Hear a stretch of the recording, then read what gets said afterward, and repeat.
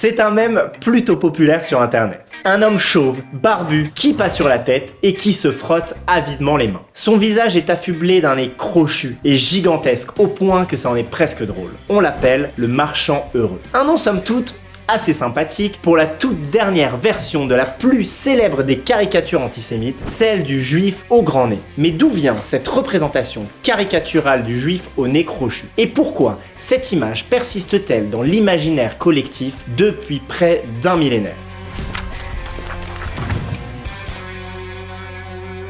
Soyons clairs sur une chose. Est-ce que certains juifs ont des grands nez? Bien évidemment, mais une partie seulement. Je vais être un peu provocateur, désolé d'avance, mais voilà, il faut quand même rappeler une chose. Les juifs sont des êtres humains. Et comme les êtres humains viennent sous toute forme, taille et couleur, oui, certains ont des grands nez. Mais les juifs ont-ils des nez inhabituellement grands? Des nez significativement plus grands que ceux des autres êtres humains? C'est exactement la question à laquelle cet homme a essayé de répondre en 1911. Dans le but de prouver une fois pour toutes si les juifs ont des grands nez, cet anthropologue basé à New York a trouvé 4000 juifs prêts à se faire mesurer leurs organes. Bah oui, c'est pour la science. Ces recherches ont finalement montré que les juifs n'avaient malheureusement pas de nez significativement plus grand que tout autre groupe au sein de la population américaine. Cependant, des études plus récentes en sciences du nez suggèrent que comme de nombreuses autres caractéristiques physiques, la forme et l'apparence de nos nez sont le produit de l'origine géographique d'un groupe ethnique et de l'adaptation à son environnement.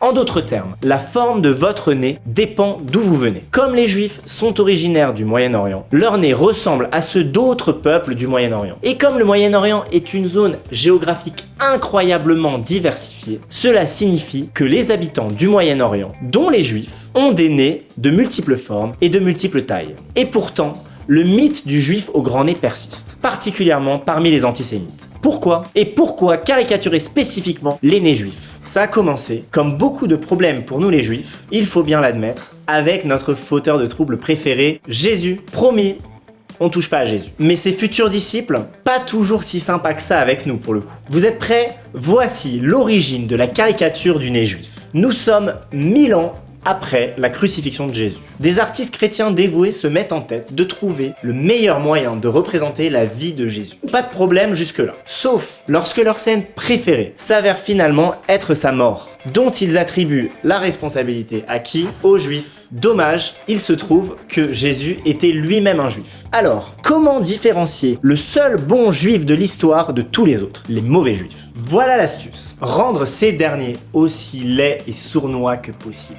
Des nez démesurément surdimensionnés, des petits yeux vicieux, une aura particulièrement maléfique. D'ailleurs, beaucoup d'autres individus indésirables, comme les sorcières par exemple, ont subi un sort similaire. Chapeau pointu, nez plein de verrues, personnages dévorant des enfants, tout l'imaginaire qui a donné naissance aux stéréotypes antisémites vient de nos chers amis les artistes médiévaux. Cette caricature s'est ensuite rapidement répandue dans toute l'Europe. Elle apparaît par exemple dans une Bible enluminée, commandée au XIIIe siècle par Blanche de Castille, la mère du roi Louis IX. Comme beaucoup de manuscrits enluminés médiévaux, c'est une vraie œuvre d'art. Sauf pour l'illustration d'un charmant Jésus qui se fait fouetter par des ennemis au nez surprenamment proéminents. Mais le pire est à venir. Ce tableau de Hieronymus Bosch, datant du début des années 1500, montre Jésus portant la croix et entouré de qui? Des gobelins peut-être? Des orques? Et non, c'est sa représentation des Juifs.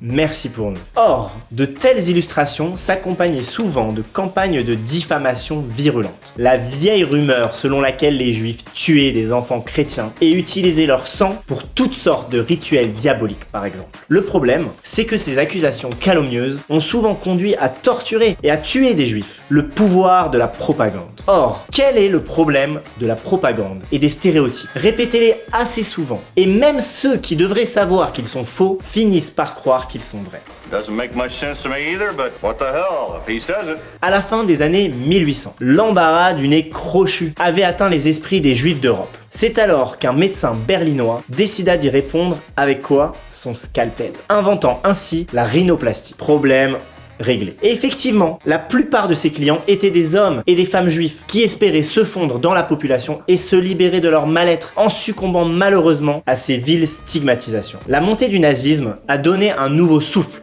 pernicieux au stéréotype du né juif. Entre autres atrocités, les pseudo-médecins nazis ont développé une fausse science autour de l'étude de la taille des crânes juifs, des squelettes et surtout des nez. Ce qui a permis de produire une quantité stupéfiante de propagande nazie pour représenter la menace juive. Notamment le juif en serpent, en ver, en vautour ou toute autre espèce disgracieuse à laquelle vous pourriez penser. Le nez juif a même fait son entrée dans la littérature pour enfants nazis. Le moyen le plus fiable de reconnaître un juif, c'est par son nez, écrivait le propagandiste nazi Julius Streicher dans une histoire pour enfants appelée le champignon vénéneux. Le nez juif est courbé à son extrémité. Il ressemble au chiffre 6. Nous l'appelons le 6 juif. On aimerait croire que ce stéréotype est mort avec le Troisième Reich. Mais malheureusement, il a plutôt été remis au goût du jour grâce à lui. Et pas seulement via des mèmes publiés sur internet par des trentenaires célibataires qui vivent encore dans le sous-sol de chez leur mère. En 2020, le peintre italien Giovanni Gasparo a dévoilé sa version du fameux meurtre rituel juif, aussi nuancé et bienveillant que vous pourriez l'imaginer. Des juifs au visage démoniaque, ricanant de plaisir en torturant un petit chérubin innocent à mort, de toute beauté. Même Everything,